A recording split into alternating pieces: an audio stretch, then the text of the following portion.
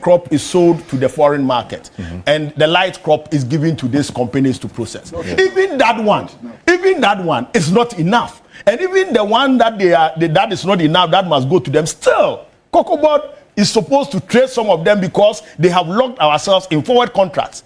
And so that has been the challenge. In 2023, kindly round up for me. In 2023, some of the processing companies had to go for permit from Cocoa Board to go and import light crop from Nigeria. In fact, every year, please, Honorable, please.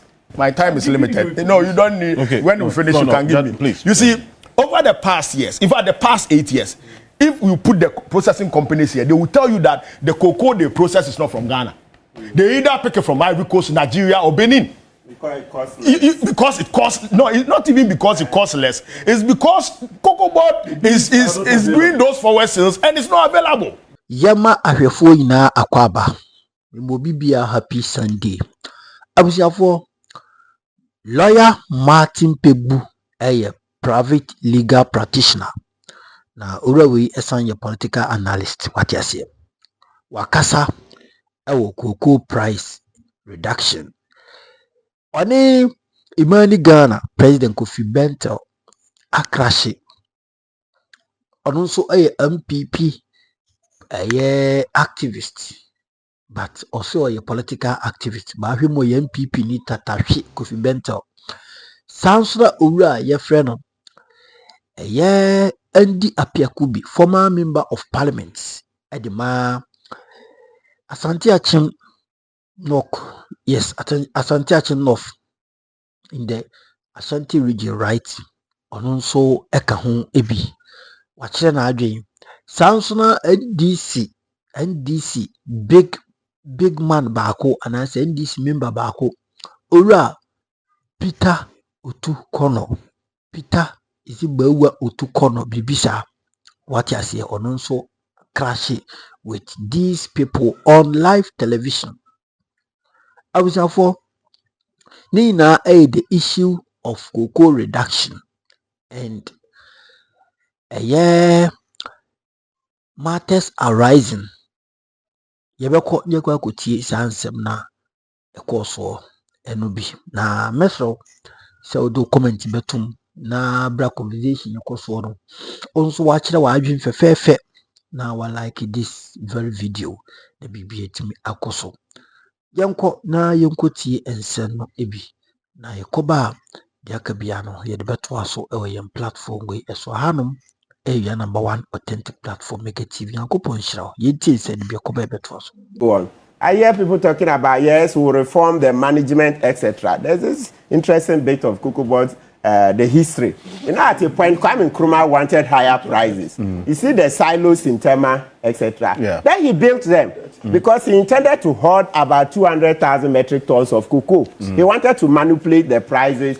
The farmers were upset, and the World Bank, you know how these Bretton Woods institutions, the moment we want to get out of their control, they will find everything to come and criticize us. So the World Bank say, oh, no, it's not doable. Of course, is it any wonder that America sponsored Kwame Nkrumah's overthrow, then it left. So let's bring it in. So the matter of management, we've been trying. It's not as if we never tried. Kwame Nkrumah saw the problem, and he thought that, okay, if he can hoard cocoa, prices will go up. So he built silos. They said we spent about $8,500,000 building the silos. They became a white elephant, right? Yes, so let's learn from our history. So it's not just about changing management. It's also about prosecuting the offenders. So boy in Edu must answer. Look, if appear could be your case is that Opuni's case must go back to court, why not? Of course.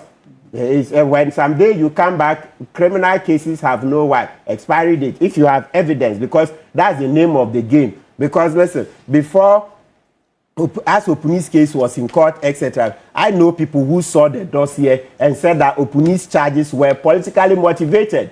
And it wasn't long, we caught the Attorney General on tape confessing that Ekufuado and Oforiatta were on his neck, saying they should get Atufos in jail, etc. Okay, look at ACMS case. ACMS case, the same thing. Yes. Okay. So when you come, I'll be your cheerleader. If only you have evidence. When you come back someday, if you have evidence, I'll be here to support you. That go back and arrest those people and go back to court. right? Yes, that's for those that, there's a difference between withdrawal and nulli prosequi. Nulli prosequi, you can go back. But when you say withdrawal, they are taking carton. So I don't remember which ones are pure nulli prosequi and the other one. But granted that Opposition is one that is pure nulli prosequi, and so you can go back. If you have the evidence, go and let's see, because I have seen credible people who saw the dossier and saw that this was just a witch hunt. So if you have evidence, when it's your turn, go back. But until then, today is Boahin Edu's head on the chopping board. Yes, we will mention it 1,000 times. That is how we will deal with it, because if we don't start with the court of public opinion, how are we going to energize the politicians to take action? Otherwise, it will be you scratch my back, I scratch your back. So let's understand this. It's when the citizens understand what's gone wrong, then they show the fury, etc. Then it galvanizes the politicians to take action. So if you come and sit, you don't mention Akufo-Addo's name, you don't mention Boahin Edu's name, you've said nothing. Or even But exactly. Does the politician need any galvanization? Yes, they do. Why? If there is reason to prosecute or to investigate, go ahead and do it. I mean, why do I have to energize you? Politicians have always needed galvanization. See, let's not make the mistake. Even when you read about democracy, even when you read about democracy from ancient Greece, societies have always been like this. A lot of the time, see, when you look at the political system, don't forget that the politician has certain interests. He wants to win. So he's looking to the populace. What concerns them most, generally, there are exceptions. So he would attempt to answer the needs, the concerns of the populace. So when the populace bay for the blood of somebody who issued an LC for $48 million midnight when he was supposed to exit, that is what the politician will tackle, because in the scale of preference, the citizens are saying that prosecute Boahin Edu. That's what he will tackle. So if you sit here and they follow public opinion, it's all about public opinion. That's where the politicians usually derive their legitimacy from. So if public opinion is that Boahin Edu must be prosecuted, then that is what they will deal with. Because, you see, and let's not forget, democracy is crowd wisdom. We all know that our politicians don't know all of it. So that's how come they will listen to all these programs and see what the populace are saying. So if the populace say is Boahin Edu the one prosecuted today, that is what the politician will pay attention to. So if you come and sit here, you say, no, don't mention anybody's name, don't do this. You've said nothing. Effective communication. Anybody who thinks by mentioning somebody's name, it is defamation, he knows where to go. That's why the law courts are there. You see it. So let's get on with it, okay? Right. Yeah. So the sorry, please. I hope I have a minute to run up. Yes. So the matter of the 333,000 metric tons that the previous government locked in at $2,600 per metric ton. Yes. It's a huge problem. So you see, like last week we had Randy Abe here. He came and explained that it's been an albatross on their neck. They will buy cocoa at over about 5,000, 6,000 per metric ton. Can you imagine? Who does that? It's as if we are washing our faces from the bottom. Yeah, who you knew? Go up. What kind of washing of face is this? Are you really washing your face? And we are quiet. No, so Boahin Edu must answer for that too as well. What kind of politics? Then you saw the projection he did, the expenditure income. You see how they issued a lot of contracts for cocoa roads, well beyond budget. And today Boahin Edu is working free. If I had the powers, I'm sure by now I would have hauled him and then started investigating him seriously.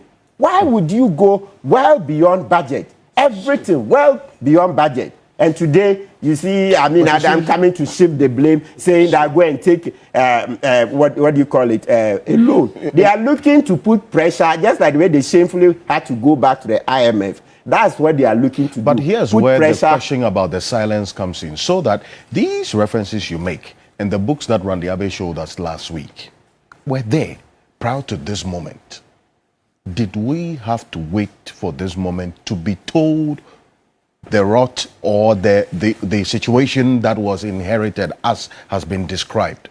Oh, No, I don't think we had to wait for this moment. And matter of when they took over, this matter of the 48 million LC, the story came over about a year ago. So what action had been taken until now? That is where. The action Yes. of investigating Yes. and then also the probe. That Yes. now the So finance we've ministry said is it over and talking over about. that perhaps to make oral more effective, more efficient, we will need to recruit more investigators, more prosecutors. That one is very clear. You know, Dr. Ayeno is doing an excellent job, but it's also clear that the cases are too many because this $48 million, they say, if you Google it, you see that in 2025, the story broke and we're upset. We're extremely upset, etc. But no investigations began. I can imagine because there's a long line of cases. Even in the oral report, we had about 2,500 complaints, right? Of course, not all of them had enough facts to support. But the point is that even what we submitted under oral,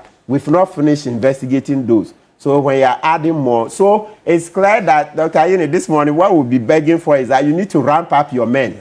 Yes, more recruitment, because when you increase the number of investigators, number of prosecutors, then we can get all these cases to court. Because the impunity is too much. The impunity is too much. When I listened to the NPP press conference, I was like, so you cause a problem, like what did they say to call you guys? That's a bed. It goes down the street. It goes to foil the water, and then comes to say, who foiled the water? You've caused a problem. Instead of it to come with a contrite heart to be conciliatory in trying to solve the problem, now you are grandstanding. So I was like, Adam and the rest, are they really serious? Are we kids? So you think we didn't see through that when we voted you out? You see, give us a bit of respect.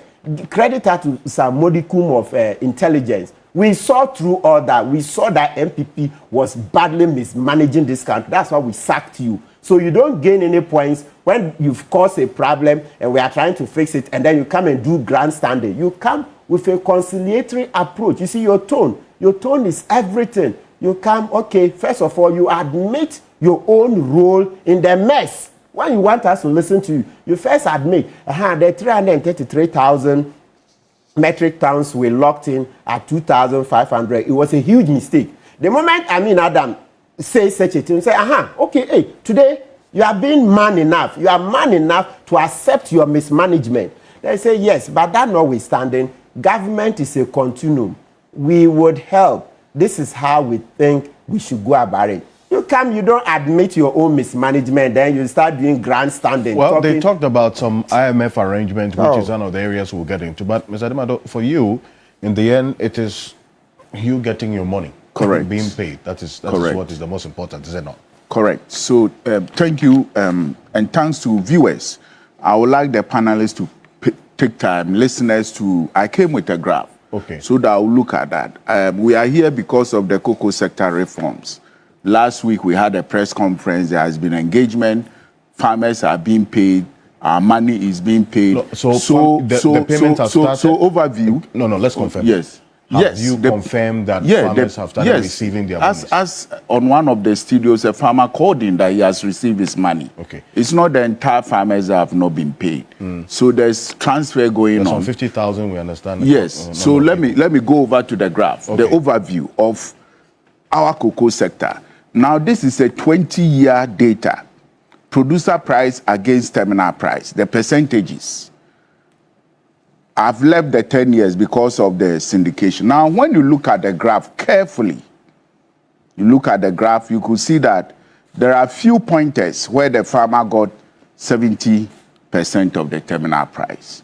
Now, when you look at the graph, from 2021, we started having crisis. Then, 2025, we went up above the terminal price.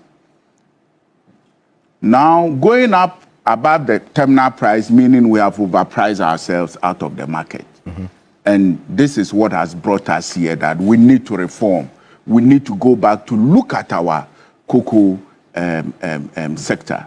Now, when I've explained the role of the LBCs, when you just oppose the role of LBCs in this graph, it doesn't change it. So I will stick to the farmer aspect.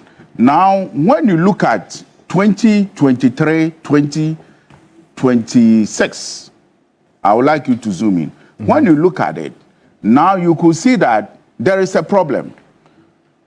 The farmer is dropping to almost 21% of the terminal price. And this is what we've done to our cocoa farmers for 20 years. 20 continuous years. This is what the data is saying. It's a big problem indeed. And so continuously the cocoa farmer is losing. Yes, this is what we've been saying. Now, thanks to Minister of Finance for taking the bold initiative that we need to reform the cocoa sector. And thanks to government for listening to us. And also thanks to the management of Cocoa Board for cooperating with us. Because when you look at the posture of Randy, he wants the sector to be reformed, and that is where we need to support him, congratulate him, because he's one of the few. Please go back to the graph, the green one. You can speak. Yes, he's one of the few CEOs that have admitted that we need to reform our cocoa sector. Now, the reforms, of course, the farmer is central, where the minister indicated that never again would the farmer receive less than 70% of the terminal price. Now, when you look at that phrase, it is not only the farmer, it is the entire cocoa space. So, of course, some of the panelists were saying, oh, you don't need cocoa board. You need cocoa board. You need all the actors in the cocoa chain, because the reform will encompass all cocoa board processors, even the buyers will have to come in. So please, we need to set that platform. Yes, the farmers are the pillar. That's why I have this graph for the farmers, where the farmer will be better off. Of course, it's unfortunate that prices, you could see that producer price is above even the terminal price. And that is what has brought us down. And then the minister quickly indicated that we need to reform cocoa sector. Now, when you look at the cocoa activities as LBCs, there is no break in our activities, because the cocoa season opens 1st October of every year, and then it ends 30th September of every year. So I would say our break is just less than 24 hours. And within this space, we have been at the forefront of making sure we mobilize the cocoa wherever it is and deliver to Cocoa Board for Cocoa Board to sell. And as I keep on saying, we've been doing this continuously without any cry or whatever it is. And we go to the banks, we borrow, we pre-finance, we patiently wait for Cocoa Board to give us the money. Now our margins are fixed. Our margins are fixed. The transportation is also fixed. So for you to survive, it's efficiency. So if we are being efficient to survive, and inefficiency comes from the other end, then you know that you will collapse. And this is what has resulted in the collapse of more of the local LBCs. Because as we try to be efficient, we get the inefficiency from the other side. And we believe that the cocoa sector reform will address all these aspects. Now, it has been indicated that, yes, we'll process 50% of our beans, and then 50 will be exported. If the cocoa trade is also a dynamic environment where it will enable you to have different positions on the market. I'm not to look at that. Now I'm looking at what has brought us here, where we need to patiently, because it's a short term. Most of the cocoa has been mobilized, as I indicated, that those we owe are going to receive the old price. So those who are yet to harvest their cocoa, those who have their cocoa on the dry mat, are going to receive the new price. And we are going to explain to them, because it's a short term. It's a short term. We are in February. The next cocoa season will start in October. So it means all the reforms must be ready, that come October, we start the cocoa season. And that is where we want to want to continue to encourage government and Cocoa Board and all the actors, Minister of Finance, to make sure that they put a speed to this reform agenda, so that come October, we'll have a very comprehensive framework, a comprehensive rolled out detailed plan to safeguard our cocoa industry. See, and here's what the cocoa farmers are concerned about, the current situation when it comes to the price per bag. We've seen what will be a 28.6% review downwards, a reduction for that matter, from 3,625 cedis to 2,587 cedis. We always look at what's happening in Cote d'Ivoire because, as you, the LBCs, know, it influences. Correct. In a very, very critical way what happens in this country. In Cote d'Ivoire, the same situation, because this price of cocoa on the world market is having a direct impact on all producers, yes. right? But this is it. This is what Cote d'Ivoire have done. We've all seen a 23% point down reduction from 179,200 CFA to 145,690. If you convert it into cedis, there's a difference of just a little over 300 Ghana cedis, right? With what we have seen now. How much of a difference will this advantage that's Cote d'Ivoire has on Ghana have on the element of smuggling and so on? Because you deal with them. Yes. When you look at the price difference, that's 307 Ghana cedis. If you look at the economics of it, it's insignificant in the sense that Cocoa Board continues to provide the input support schemes to the farmers and provide a lot of things. Now in Cote d'Ivoire, yes, Cote d'Ivoire had 23, Ghana had 28. Cote d'Ivoire, most of the farms are plantations. So the kind of work that Cocoa Board does for smallholder farmers is not what Cote d'Ivoire does.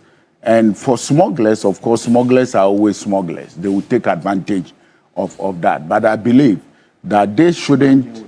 Yes, this would. Yes, it will definitely discourage them. So when you look at Alfred, yes, you've blocked me. Sorry. When you look at the difference, that's what I'm saying. It's insignificant because Cocoa Board is continuing to provide the support that the farmers need badly, and therefore our appeal to the farmers is that this is a short. In fact, it's a very short term because most of the cocoa has been mobilized by the LBCs, as Randy Abbey indicated. We are yet to be paid, and therefore we'll go back and pay the money, the cocoa we took before the announcement of the price. So if a farmer is delivering his cocoa after the announcement of the price, then he receives it. So we'll go back and make sure that we pay our farmers. Now, again, let me make the appeal that we have a short window. We are in February. Come October, we should have the new cocoa bill operationally in hand for us to start with, where the farmer will be protected, where the farmer will not get less than 70% of the terminal price, as the minister indicated, and then also where the LBCs will be relieved of the challenges we have been carrying all these years without making any noise. Have any of your members pre-financed the purchases of cocoa? No, I've been saying that we've been pre-financing for the past seven years, and okay, not this platform. So allow me. So viewers of this platform, the LBCs have been pre-financing the cocoa industry for the past 7 years, and it's unprecedented that in 2023-24, where we pre-financed the industry from loans from the bank, and it took more than 9 months for us to be paid. And when we wrote to Cocoa Board that, look, we are overstretched, we need some compensation, we wrote, we were never compensated. So I want the viewers to know that as Lansing's Cocoa Buyers Association, as I explain our work, we go to wherever a cocoa bean exists. Wherever a cocoa bean exists in the cocoa farming areas, whether there's road or no road, we make sure we buy the cocoa from the farmer, we bring it to our warehouses, we make sure the cocoa quality is maintained, we bag it, we move it to the nearest depot at the districts where you can load it onto a truck, we maintain the quality, we invite quality control company to come and do the grading and sealing. That doesn't end. It's also our responsibility that we guide this cocoa, transport it from wherever it is bought to either Kumasi, Tema, or Takrady. I see. One of the reforms that and I'm moving it into the reforms because we'll need to get into the next phase of it. The reform is that going forward, if these reforms kick in, the farmer will not get anything less than 70% of the terminal price. Correct. What's the difference between the terminal price and the FOB price? Quickly. Yes, we are yet to look at the test of the reform or the test of minister. So you could see that some of the publications look at FOB price, terminal price, and then we say terminal price. Now the FOB price is where you bring the cocoa to the port of Tema or the port of Takoradi in simple man's language. Okay. So this is the cocoa I've brought. Then you look at the gross FOB where you bring the cocoa and then you add all the transport and other things to it. So that is it. But whatever will bring the 70%, the farmers will be better off. We are yet to see the test. We've requested that government should help us to also make sure we don't miss the boat with this reform. So we requested that we want to look at it, make an input. The minister has also assured us that when he tables it at Parliament, we'll get the opportunity to make the needed input so that we don't miss the boat. Now, let me also use this opportunity to indicate that the reform is very comprehensive, as the minister indicated, because the farmer will be better off. And then, as I indicated, it's a short term. It's a short term. Now we are even going to the light crop season, and therefore, after the light crop season, we go to the main crop season. Now, it is our responsibility to explain to our farmers. You can see from the graph that we have not treated our farmers very well. Now, it's our responsibility as LBCs. We have over 50,000 purchasing clerks that are in the various communities and hamlets of where these farmers are. We are together with them in this challenge. We need to explain to them that, look, together, let's make sure that we watch what is coming to us in October so that we don't miss the boat. There's no need to go to the street and demonstrate, and the time to watch will escape you. Now, this is the time to stay awake and make sure that whatever is going into the bill, we watch and make sure we analyze that. We redeem the word. We redeem our cocoa industry, as has been alluded by the panelists here, that a lot of cocoa farmers our grandparents were better off than current crop of cocoa farmers. So it is our appeal, and on behalf of our members, yes, we must say kudos to the Minister of Finance for taking that bold initiative to announce the reform. Okay. And all his team that are involved. So, hold on a bit for me on this, and still stay on the reforms. Bentil, I know there's some issues you want to quickly respond to, but the one other reform going forward after that quick response is this part. Gentlemen, please. The approach of adding value to our beans, and now PBC comes into focus now. One of the reforms that the minister talked about is the revival or recapitalization of PBC and the Cocoa Process Company.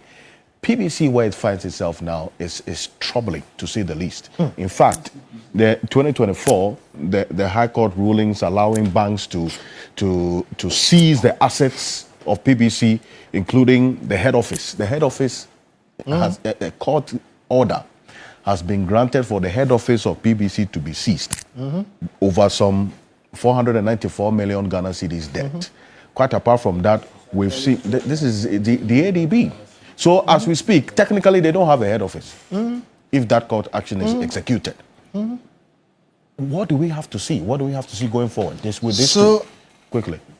We did some work maybe 10 or so years ago. See, when we talk, people say, hey, we are talking ideology.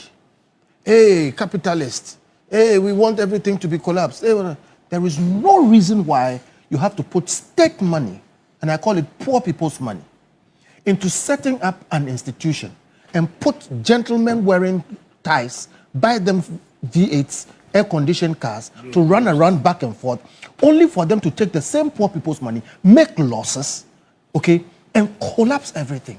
There is no reason why. There is no reason why. CPC, PBC, both of them don't work. All right? In the meantime, there are Barry Calibo, there are almost 10 other cocoa processing companies in this country. No government money went into it. Private people set it up.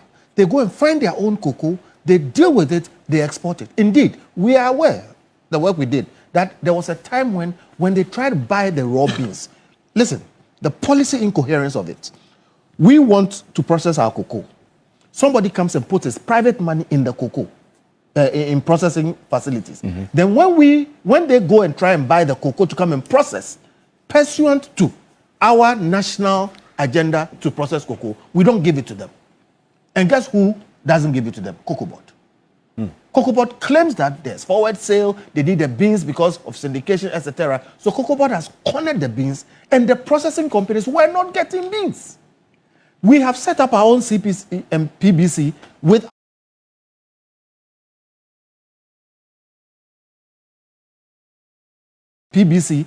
our own money. People go to work every day, don't do anything, they run into losses. The point I'm making is this: when we talk, it's not because we hate people or we want things to be collapsed or whatever it is. Look, you have a situation where you have handed the cocoa industry to people who have no interests, okay, compared to the farmers themselves, because they game the system and benefit, like Pia Kubi said, from getting or the pesticides and whatever it is. Those ancillary things is what makes them money. All right? Now, in a situation like that, you need to draw an existential line and say, if you are not adding, okay, if you are destroying value, then why do we need you? Meanwhile, we have a situation today, okay, there are people in the cocoa industry, leaders, chiefs, etc., who can organize themselves. They won't buy pesticides at 3 times the price. They can organize. And by the way, what you were saying, the government will still benefit. It's an arrangement issue, okay? You can have a situation where what Cocoa Board is doing is done by cocoa farmers or their own elected leaders, hand in hand with government. This thinking that these things cannot be done. I said that before Cocoa Board, we created a whole middle class, and these people were not as educated as the people we have today. They made money over cocoa. In those days, we didn't have the infrastructure and everything that we have today. So what makes people think that they can't organize themselves? And I'm saying that the people who are organizing them now don't have their interests at heart. They serve themselves. So when you talk about CPC and PBC, I ask myself, how are they going to start when after we giving them money, they've squandered the money, ended up in the debt, and even the land that we gave them, okay, is encumbered. You mark my words today. If we try to revive PBC and CPC, we will be called upon as a country to put in at least $50 million. $50 million. At least. Because you need to pay their debts. They owe all kinds of people all over the place. You talked about court cases and things that are coming up. Before you bring them to par, then you have to find them working capital. All right? Meanwhile, there are other people there ready tomorrow. So look, we are not saying close things down per se. We are saying these things are dead anyway. All right? And look, first principles, okay? The richest man on the earth today, okay, the most productive man, he has been ruled the most productive man, Elon Musk, said that one of the things he does is make the assumption that he does not have to follow what has been done before him. Because of that, today, he's making the best rockets in the world. People have been making them for 100 years. He's beating Boeing. And these are American situations, but the principle is there. People who have done things for over 100 years, he comes and says that he is not bound to follow what you are doing because it is possible that there's a better way. And so he goes down to first principles and develops everything from scratch. Why are we trying to follow a 70-year-old paradigm which has failed drastically, like it has failed catastrophically, all right? It has lost everything, and we are just messing around. So my stress is that people still come back and say, no, let's go back and do PBC. Let's go back and do CPC. That thing has failed. So you see that you talk about the 10 private processing companies. Yes. Now the policy is that 50%, at least 50% of all cocoa beans is going to be processed locally, effective this cocoa process. The only way that will succeed, I'm telling you, is to forget about CPC, forget about PBC. The only way that will succeed is to make the policy and say, Cocoa Board may not, cannot, should not buy all the beans and export it. In fact, there was a time in this country we banned by law the export of round logs, timber.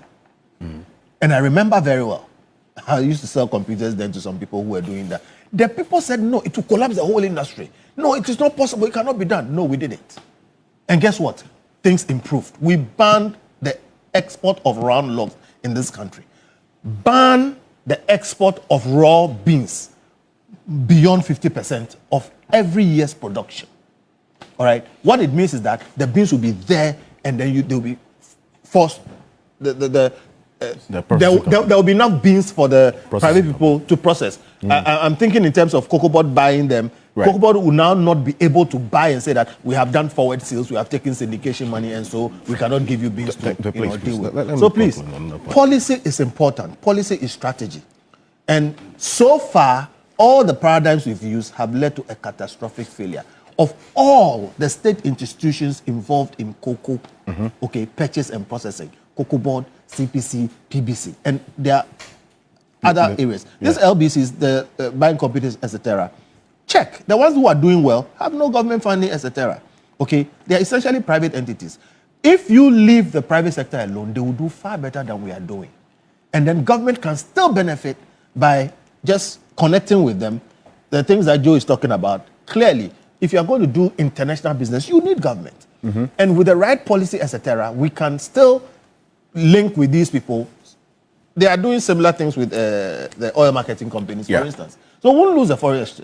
It's just about thinking about strategy and doing what to do. But we cannot do the same things and expect a different result. I think that's basic, and it's important. A fundamental point that you had, the reforms going forward. This is one of them. It is important for us to do a comparative analysis of the performance of CPC and Barikalibo, Cargill, and the rest. These are the private processing companies. In fact, I was part of the team.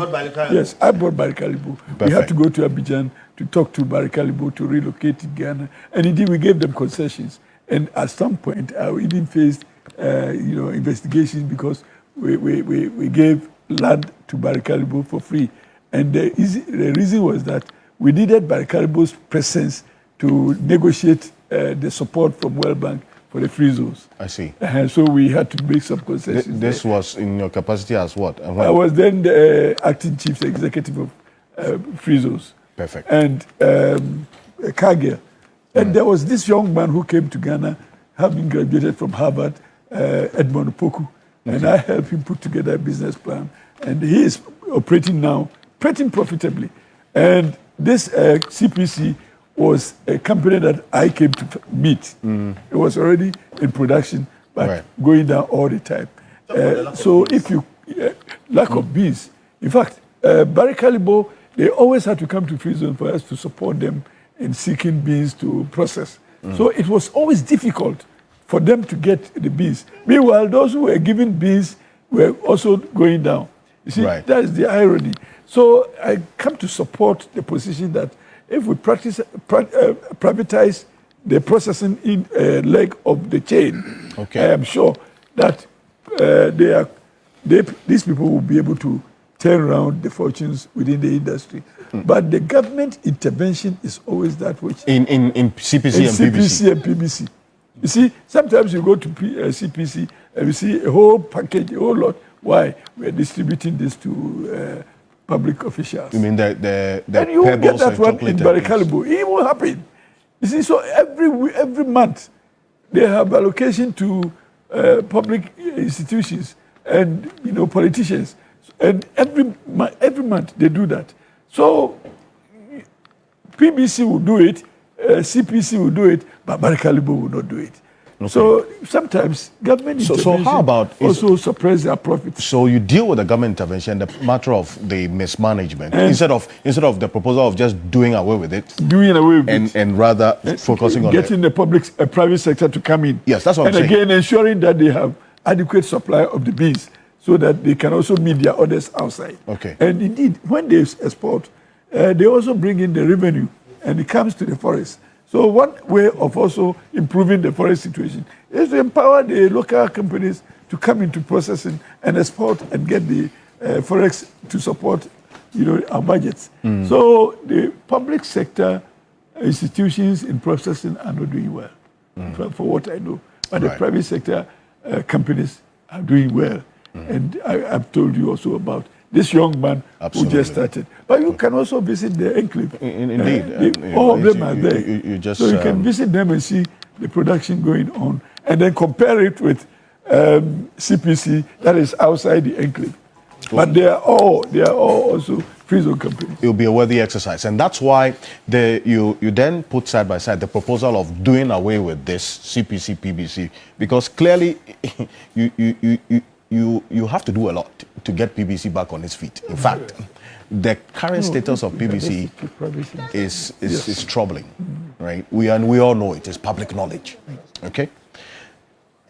Juxtapose that proposal of doing away with it, and then also focusing on the private sector, as against deal with these management issues, deal with the government and political interference, get it to be better managed, and then give it some of the beans to produce, and also have the private sector also, as it were, process some of the beans as well.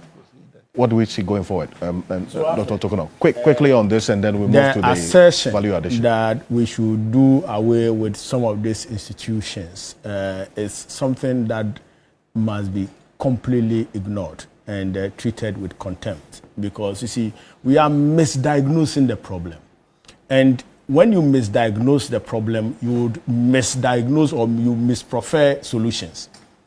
We know that all these institutions have some period in time been inefficient. What is the source of the inefficiency?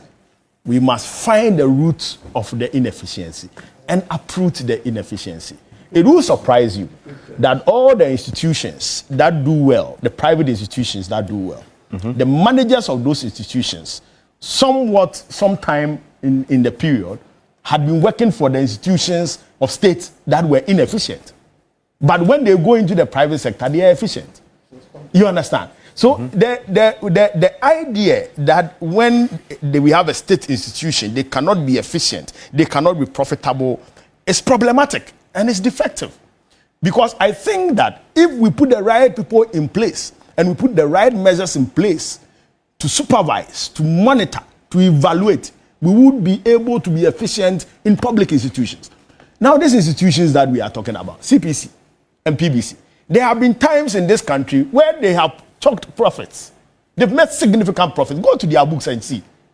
And there have been times where it's been collapsed. In fact, 2016, when we were leaving power, PBC was making profits.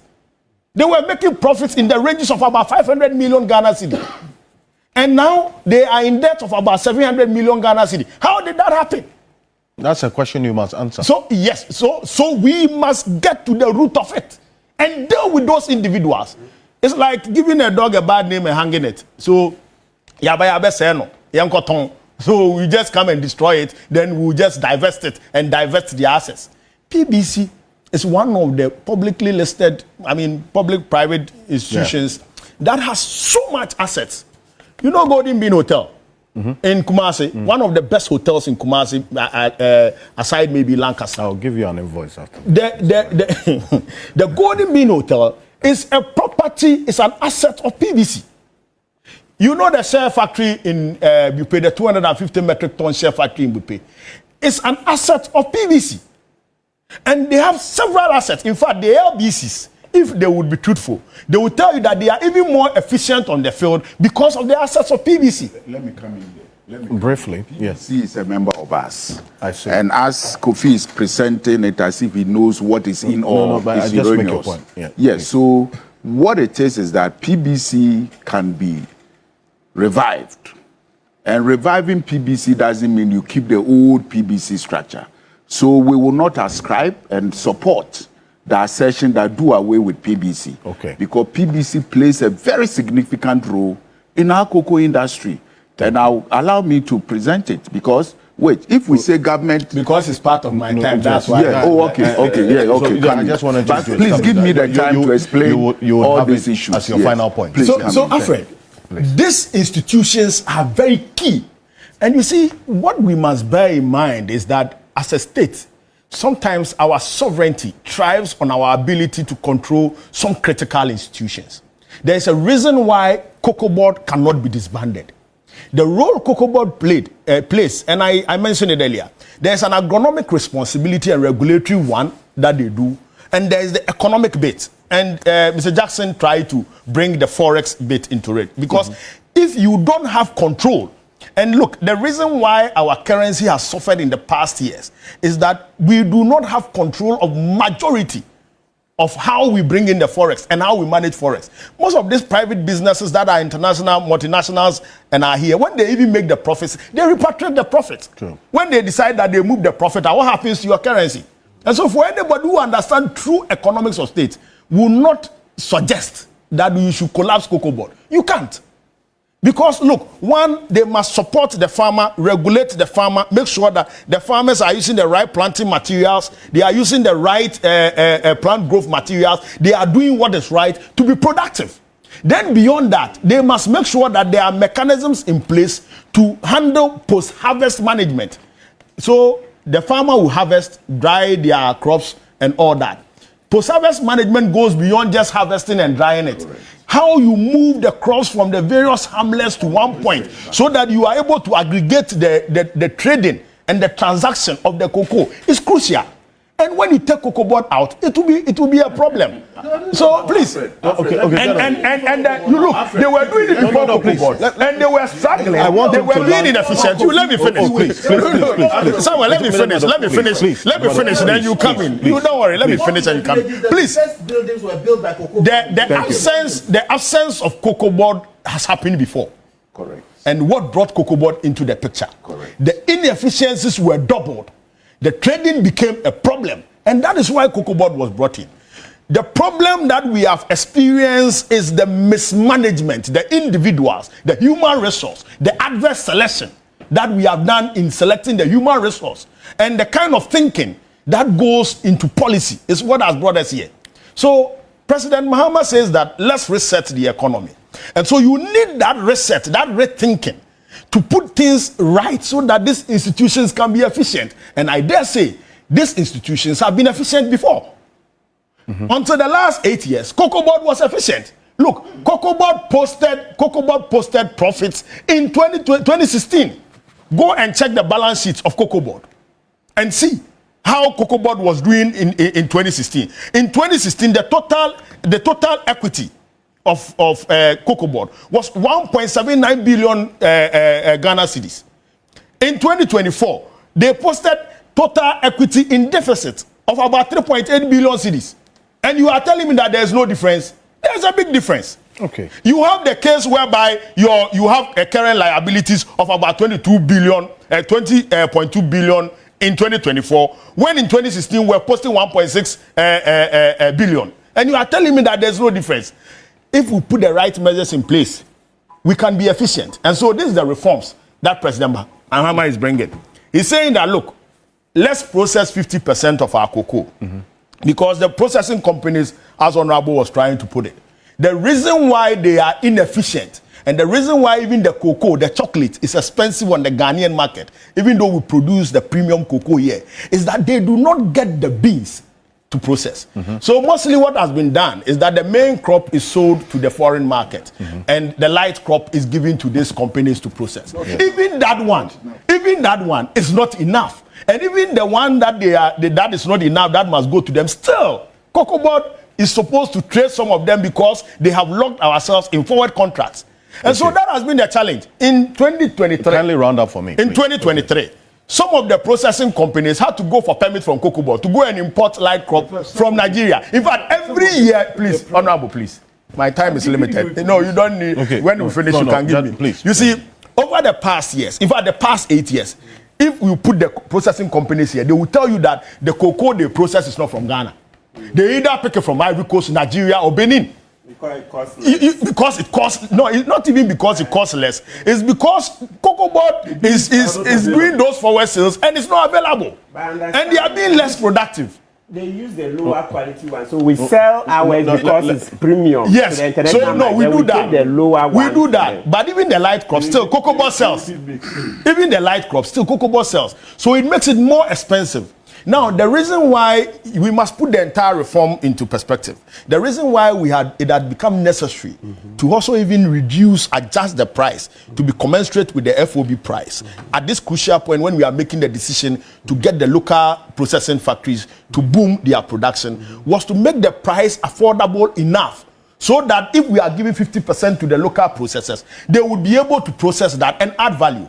And Alfred, I mentioned earlier that even though Ghana and Cote d'Ivoire are producing 65% of the world's cocoa, we are earning less than 2% out of the 142 billion US dollars. That is the global value for cocoa. And you know why? Because we do not process. We do not add value. Right. So if we are processing 50% of our cocoa, that will mean that then we'll be tapping into the 142 billion global market and be making more and be able to export processed products onto the market. And there are standards that we can adjust. And so I think that the decision to empower CPC to start processing and to revive PBC is crucial, because you see, when the LBCs, for example,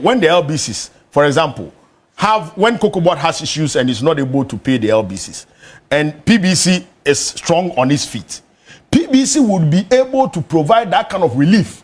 Thank you. For the cocoa farmer that the private LBCs may not be able to do. And let me make this last point. Most of the LBCs that are on the market right now, most of them, they have direct trading partners abroad.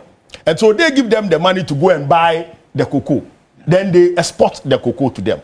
Now, if you do not have a situation where your local buying companies, including PBC, has a control, has some muzzle to mop up the cocoa beans from the farmers, you will not be able to achieve the 50% that you want to produce from what you have produced. And so this is the challenge that we have. So last year, we estimated that we were going to harvest about 750 metric tons of cocoa.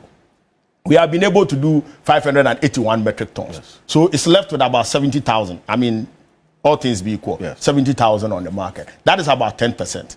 So the decision that we have made is that if the 10% that is on the market must be secured, and we are securing that at the new price, what it means is that everybody who has sold cocoa of the 581,000 would be able to benefit from the old price. Then you should also bear in mind that we have about 98,000 of the rollover that we must supply, which was sold as $2,600. And we must be monitoring the market to make sure that we cut our losses. Because if you supply it now, your losses are huge. But when you manage the supply, you would be able to cut the losses. And so there is a strategic thinking into all these reforms. In fact, there is deep thinking into all these reforms. And this is what forms the basis of the research that we are talking about. Okay, thank you. It's not only that. Currently, there is a Ghana cocoa bill that is going to Parliament. And the reforms that we are going to do with the Cocoa Board, in terms of the structure of Cocoa Board, how we have the various cocoa marketing company and Craig and all those institutions, and how we restructure them would be very key. I would have wanted Kofi Bentil and their lots to suggest that, for example, cocoa marketing company should be made an authority. Cocoa Board should be. What no, I'm coming. So you enjoy this conversation. You enjoy this conversation. If you have time for me, you enjoy it. So Cocoa Board, for example, should be given the regulatory authority as an institution that deals with the agronomy and all that. Then the cocoa marketing company is empowered to deal with the issues of marketing and be able to deal with the inefficiencies in forecasting, so that they will be able to make the right decisions and make sure that we do not make the losses that we have made in the past when you empower them. Because as it stands now, structurally, Cocoa Board is the umbrella institution. Cocoa marketing company, it's under Cocoa Board, directly managed by Cocoa Board. All those other institutions, including the quality control, the cocoa research, and they are all institutions on their own. And so let's look at devolving the structural arrangements. Just last week, Randy was explaining why. Please, Kofi, I have not invited you. Please, I have not invited you. I have not invited you. I have not invited you. I have not invited. I have not. Kofi, I have not invited you. So there was a statement by Randy last week when the MPP tried to make this mischievous accusation that when Cocoa Board is in crisis, they are buying vehicles for the institutions, and he said that look, the institutions have their various accounts and their various margins that they have to operate on. And they have made requests because they were lacking vehicles. And they have made requests to Cocoa Board to allow them to use those monies, which are margins that are used for assets, to buy those things, and it was not Cocoa Board that was buying those vehicles. So, but Thank still, you. they Thank you need very much. approval. You see, They need you- approval from Cocoa Board. That proposal, and so those that are the proposal issues. of an authority, We you should get a response diagnose from. the problem properly it's a and policy, prepare proper It's a solution. policy proposal. Exactly. So I'll get a policy response as well. But Mr. Mentor, No, hold on. Kofi's policy response Just is quick one. problematic. It's going to be It's quick, defective. quickly, It is so a that I can. well-known thing that when public institutions fail across the world, when they fail, they actually ask for more power and more money. Okay. Very well, Obama gave bailout. Why Obama gave This is bailout? very different from a bailout. Listen, Quickly. we have a situation where these institutions have been built out in the past and they consistently fail. The things Dr. that have, Otokonor, you see, please, what I told you, Dr. said no. Otokonor, please. What has worked, we have seen, give PBC and whatever to those who know how to run it, and they will actually bring you dividend instead of giving them. Okay, thank you. They are not human resources. So we can- Mr. Jackson, on this bit about no, I'll come. You want more please, power Jack, and hold more on. money. Now, one of the other reform is this: we're going back onto the bonds market with the cocoa bonds. We have in mind what happened to the previous investors, had to take a haircut. What has to be done differently? Because there are measures now in place to let the books of cocoa board look better than it is now by lifting some of the expenditure of it so that other agencies can absorb it, so that we can now be successful in this particular approach of this new model of going on to the domestic capital market to raise some money. What has to be done differently? And two, I'll talk about the automaticity as well, but let's deal with this particular one.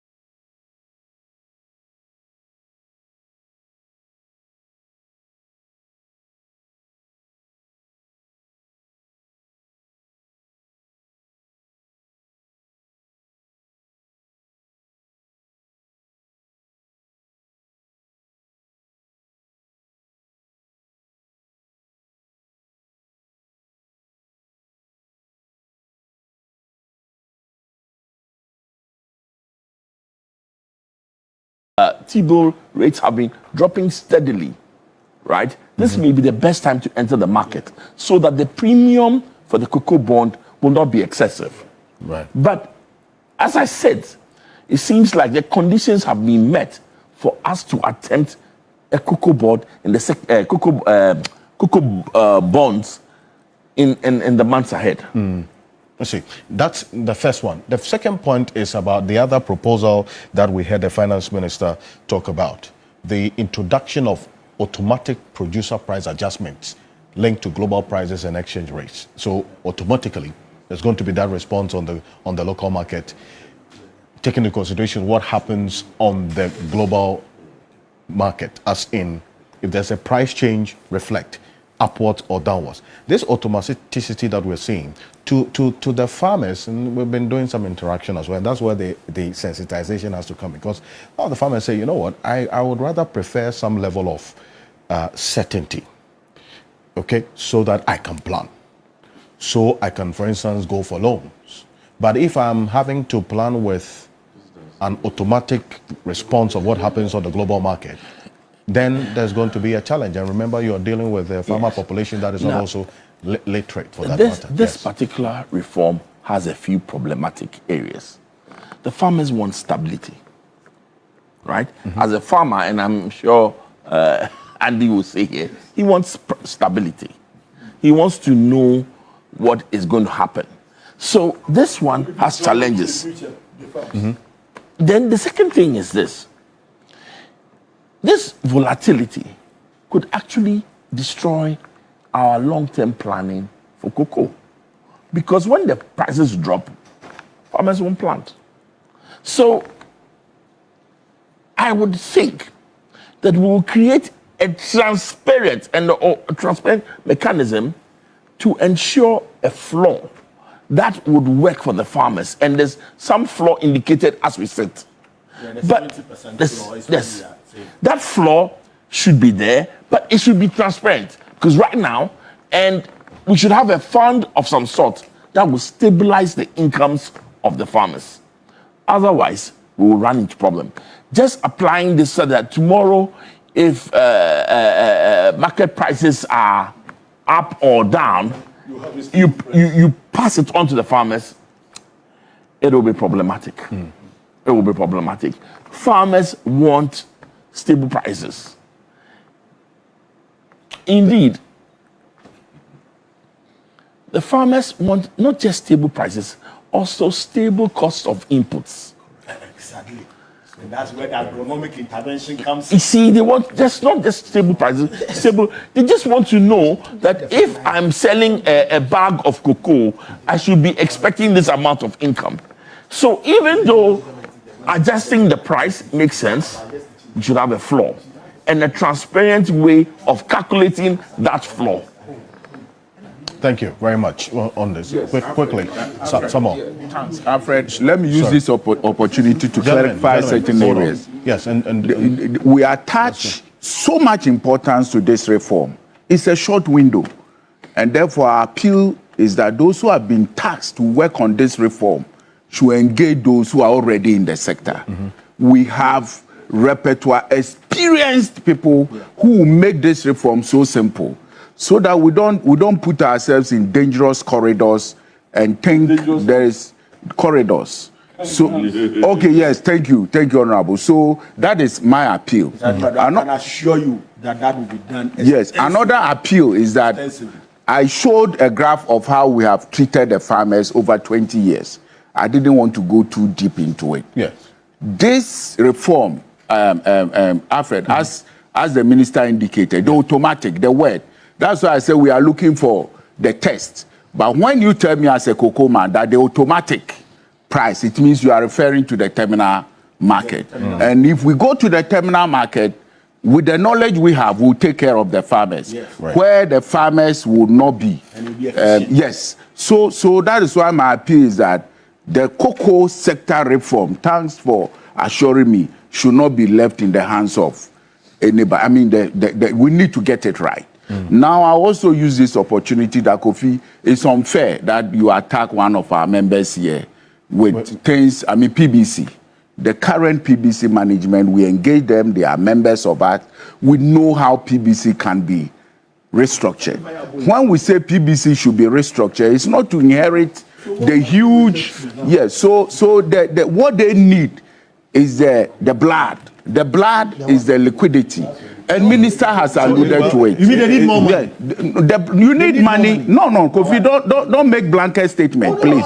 Don't make blanket statement. So PBC is one of us, and I'm here. I need to defend PBC. Okay. That is why I'm saying this cocoa sector reform shouldn't be left for anybody to come in. It's from now to October, and I believe government knows the danger. So that come 1st October, we have a very comprehensive cocoa sector reform. Our partners in the processing sector will come in. Our multinational partners will make an input because we don't eat cocoa. We don't eat cocoa. Therefore, it is good for the cocoa economy. And the Ghana cocoa economy is not for only Ghanaians. If you talk to the global cocoa actors, they attach so much importance to Ghana that I don't want us to miss the boat, as I said. Now also to our farmers that, yes, we are with you. We are with you. Come next week, we will be in your hamlets to settle the debt that has been incurred that brought us to this table. And then we'll continue to mop up the cocoa that is left in your hamlets and the cocoa that you are drying. So that together we make a very effective, and as the minister said, never again should we go to yes, never again. Okay. Thank you, my brother. Thank you very much. I'll Martin Kpebu in a couple of minutes on this. In the end, see, the cocoa farmer wants his money, his or her money. Yeah. That is really the basic issue here. Yeah. How the money is going to be paid, and then also the sustainability of the interventions going forward. Like this, for instance, is what we also engaged in. Because the farmer is asking questions about why I'm having to take something lower because of the situation like this. How would that question be answered? I think so. We need to engage them more. We need to engage them more, and then we need to do more education. The farmers said that in the previous administration, for a period, they were not paid for 9 months. They didn't make noise. Yes, I heard the president say that in the previous administration, at a point, they were not paid for 9 months. Yes. Very good. They didn't make noise. They didn't make noise. So it tells you that some persons... But the fact that they are making noise now doesn't really... Yes, but if you put it in context that so they are becoming more assertive. Okay. Yes, which we must accept. Yes. When you become more assertive, you get better leadership. Like we were saying last week that a JHS leader generally doesn't know much, will not be that assertive. Yeah. So it's the same point that the farmers have become savvier now and are becoming more assertive. So you're asking that, how do we deal with that? I'm saying education, education. You showed that even in Cote d'Ivoire, they also did what? Reduce the price.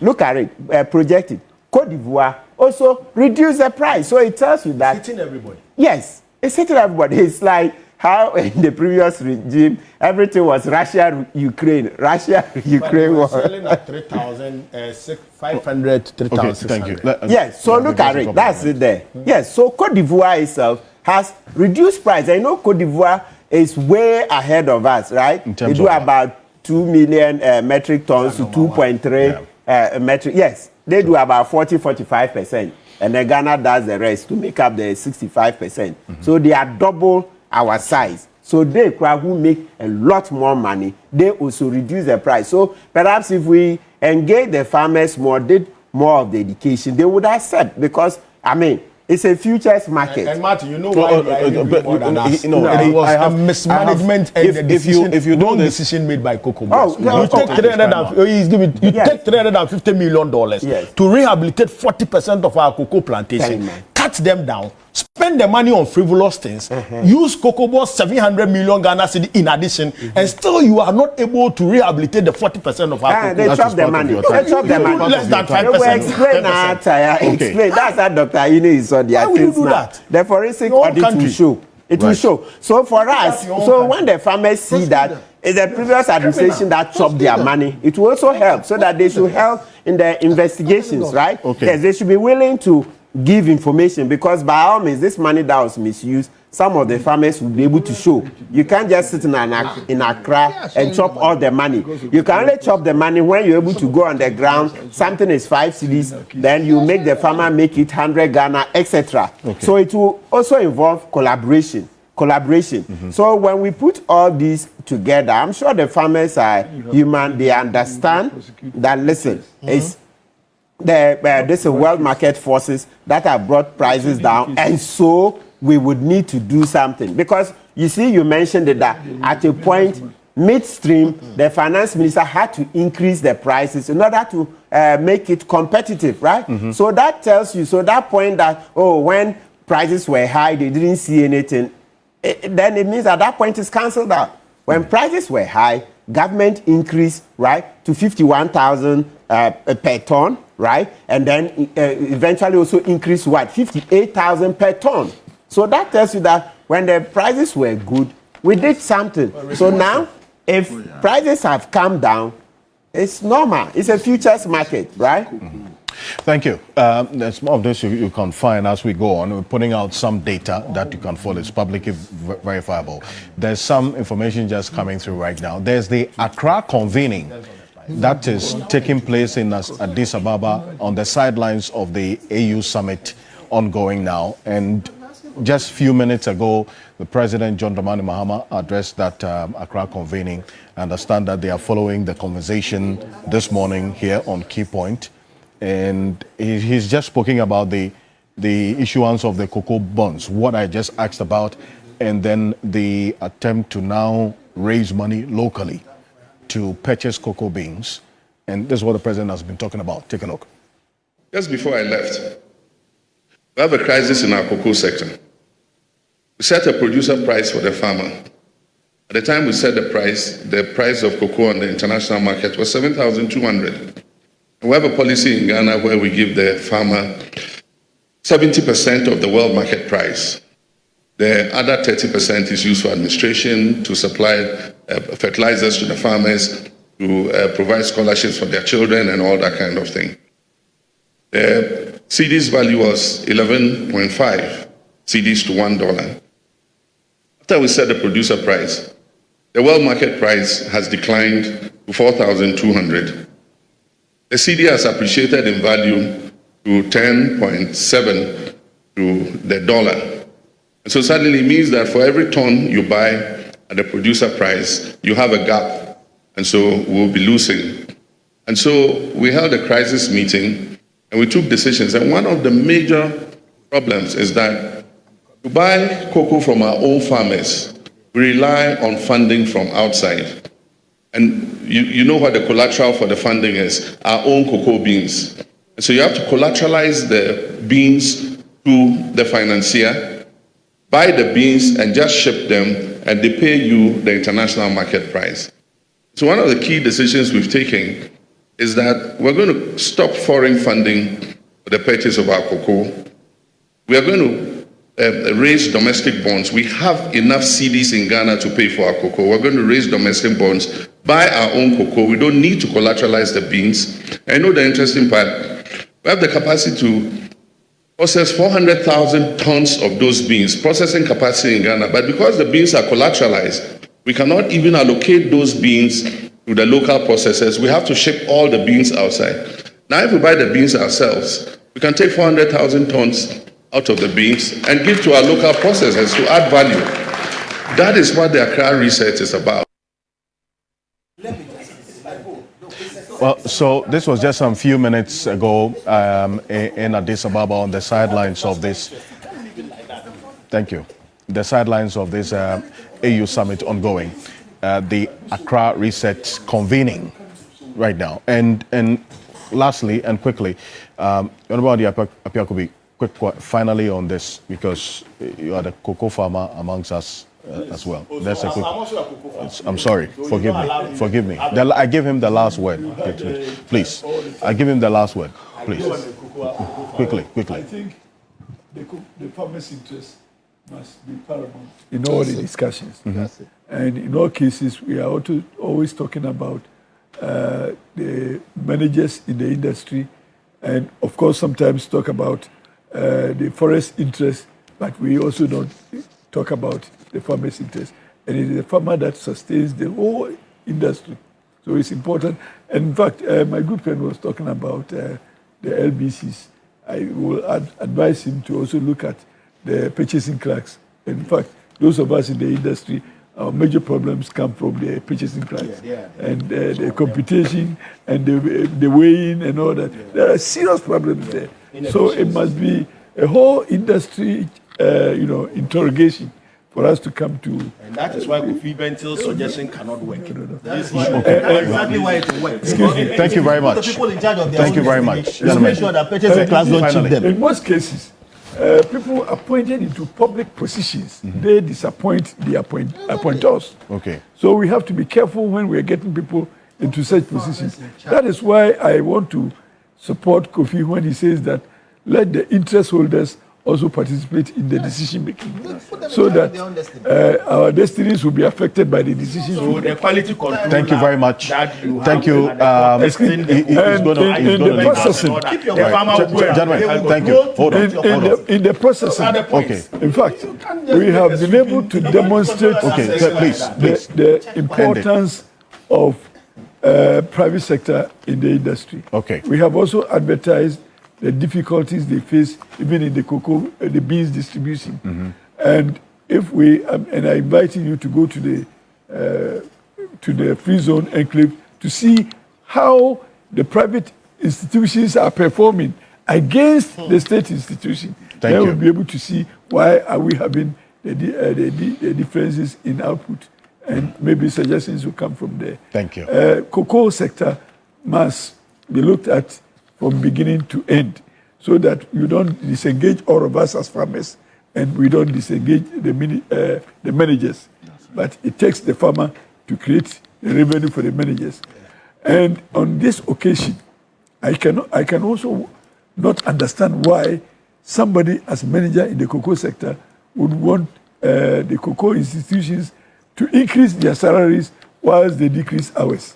So I want to wake up one morning to see that cocoa board has also given a 28% decrease in salaries so that we all be at par and then we all work together and we all fight together. Somebody cannot be enjoying. So you agree that this one is not a haircut? Thank you very much, gentlemen. This one is not a haircut. So that is it. Inti, Madika Kacho say, Kofi Bentil je yubia. Ono no MPP nipa. Inti ebase yenka asema efa NDC ho NDC abawi ho a omremro nani wakasa. Esanse ono ankasa enim se o MPP ni tatahwe.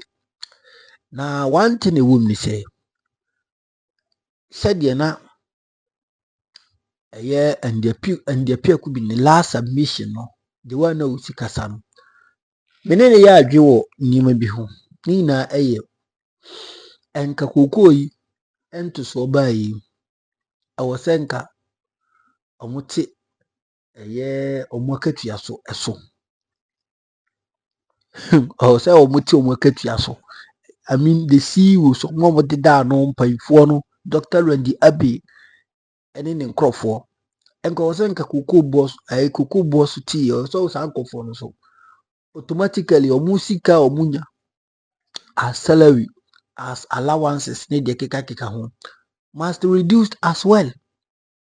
But at the end of the gina honum pampi na kuku for sebi ye ho mobo kuku for me kuku ni ba omo ho mobo amema ye midi my example maka mama classic example say me I've been farm before me papa mama no mu farmers what I say. So I wasn't come so dear but do you know why Ghana mra na emra na oha ni na any salary last time America adwuma bia obekọ mbemo salary no it does not what reduce always it increases. That is why I want to say abanya katua but say oh any teacher for katua ya teso there be ebi insida no betia intumu ebi insida. It is in the constitution unless amendment be ekoso baby. Unless e bia mumfanche munya code unless e bia omoya amendment but omo anya amendment to constitution no omo anya sachirae wo constitution nim dia there is no way something called salary will be will be deducted and I say will be reduced in any way because salary according to the constitution increases or stands still ejina faako.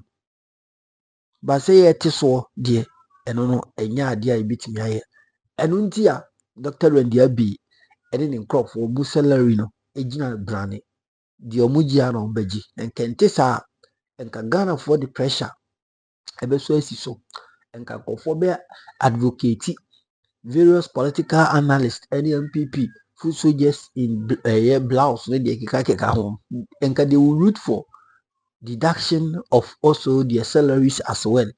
But it is in the constitution ultimately so oya hu hwenye yi ebia beka se na me betumba manyantum ebe mena gina ho no ma ne de it does happen and on it has more but say that is why people are always rushing to be in the public sector so obey na abanye tia ne ka na ade. But if you think in that way too, you got it wrong. Because I know Biana obetimi aye adwuma or public sector.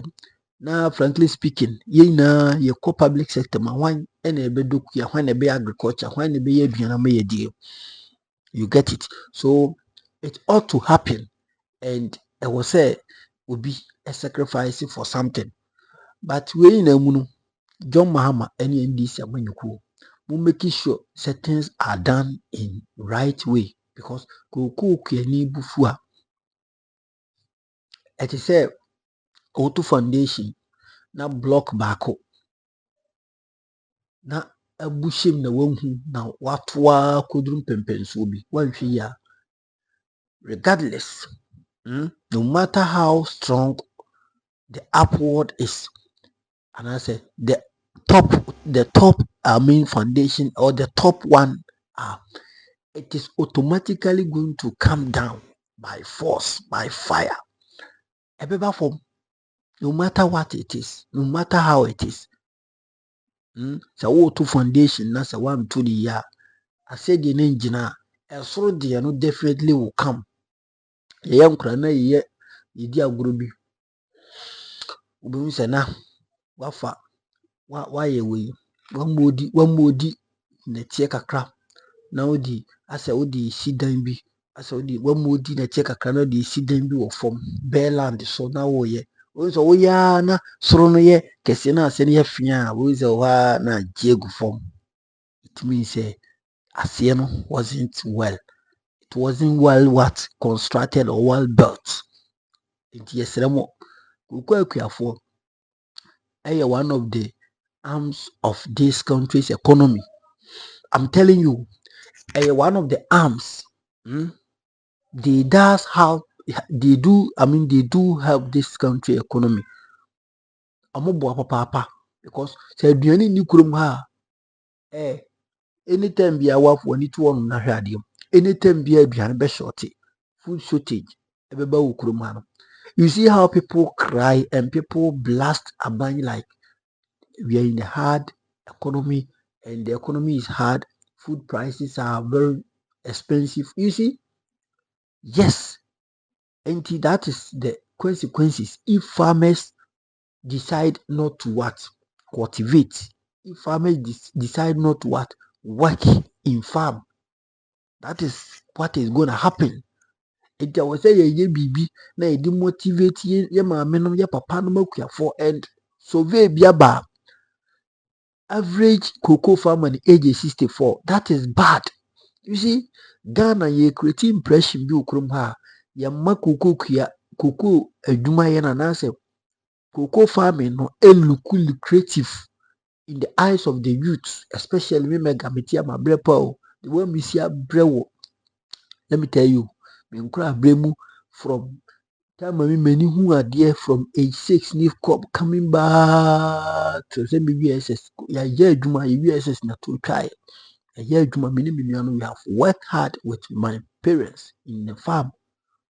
And you know, my bedroom sample so we now catch as a cook here. The intention is I am going back to the hardship. I will not get that I mean likeness for that. But me transition say, oh, your modern way technologies, new technologies to farmer. Because I'm not going to apply my energy. Then I'm going to use machines, the modern technologies, modern equipment to farm. That will help me to get larger production. You get what I'm saying? Enti say I'm fast and say you to nitima. Youth of this country, Ghana, they don't like farming. Okay, do be a hey. Me yanko school mo bi say that chon be do bi be ka so be farmer da. Always doctor, nurse, pilot, whoever, midwife and those staff. You see, omo bobo abanye dwuma akese. But there's no way we can say farmer. Meanwhile, farming is not a bad thing and it is the most important thing under the sun. But in our country, Ghana, we have made it to look like as if say, oh yeah, for a punishment. It is a whole punishment because in school, way back in school, crano na uku school, udi bonia, omukacho say, hey, your child dama ko na kodo fumha. So you think the farming is a punishment? You think the farming is a punishment? Farming has never been a punishment, but in society nana or my as you say, oh yeah, for a punishment. You would never like farming, and trust me, you would never like farming. I'm telling you. You get my point.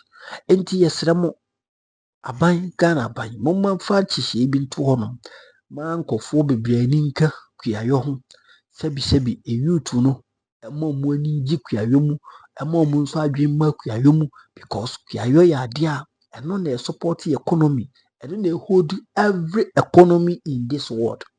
Kɔ America kɔhwɛ kuyi ɔmo yɛ no wɔ hɔ, but they use modern technology. Go to Brazil, ɔmo na ɔmo produce a lot of ɛmo de ba kurom ha. France, go and check. Ubedi mu bi ama atwa la zure ni na yɛ hwan France for ɔmo go and check. They are developed country, they are advanced country. They use modern technology to farm. Eti Ghana ha na yɛde de bi akɔ abrane kita brantan na hwew ɛbɛyɛ dɛn na kuayɔ ayɛ n'akɔnɔ.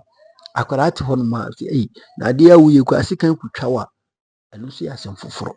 And of course, you have been experiencing all those things. Na sikan twa wo na wode mogya na bibi bu tiri mu na wo soa nneɛma na ɔko ayi sei. Obi a why experiencing the America biara ni onim the mega America. And I've passed through. I'm telling you, I'm a living testimony. Me my year for my dropping. I'm a me sem si chiche bonse. Ajina muja. You get me? And you know, mama enya de papa na Ghana kuya no enjina brane. Na mboa ye nyina because kuya yo enjina brane okurum ha kom na bedie. Yentimi export aduane. Imagine say wo Ghana wo fu wo ba bia ye forest. Na uko krabanchi. It's not a shameful. It's not a shame. It is a shame for Ghana, a country like Ghana, to what? To import what? What do you call it? Cassava, common kukuyam. Mankani mi hu bi chache. And so no Ghana would be show few to 2 feet be show cray being. But I dream ya she trim say yen fool because a punishment. A 4 year old that is a way poor. That is a general on their high. You see, mentally no, we are slaves. Ubikai Ghana mentally we are slaves. That is why a Russian guy no, I decided not to say anything about it because me and him a young woman for. That is why the Russian guy came to Ghana to take some of our women and do whatever I want to do with them and just went off. You get it? Because we are having mental slavery. I didn't hear sister na brofono no muye nyame and no muye God. And of course, abrofo hwe ma sisi omo no mo lead wiase. Putin nene for the Donald Trump no mo no mo lead because ya adwen no say bebi fo anya adwuma. Dia wo se ye kra na ya exporting raw material. Ya exporting raw material like cocoa near their common say mo ngi na mo fa nye na mo pani asan akɔgye milo no dia ba. Look at this. Ebeden no mo take him as a peanut. Be take him as shit said the Donald Trump say Ghana is a shit hole. So no kwasem pa na no pay na say nyimre ya wiem no kan say no. Enti yesremo aban bia beba so bia mamoni kukuayo ho because kuayo the backbone of this country's economy. Se munima America akire mo. Mokoye se mo toto na se ye ni biara wa opebe join na ye emboa na nsen kokon kitinkiti ba there are NPP people are sitting on television radios saying a whole lot of things saying here. Meanwhile, you don't know say they be also kojina akoko force na wato na friend do know where it is coming from. Obroni kurom uni mpano omoja wono na ede na efese wa be ye ode wa na enyim na wakuna kubise na nanom first na omunye ne nkoko ofie bronye su anase afidura anase de bi omu pebia na omachi ne kono.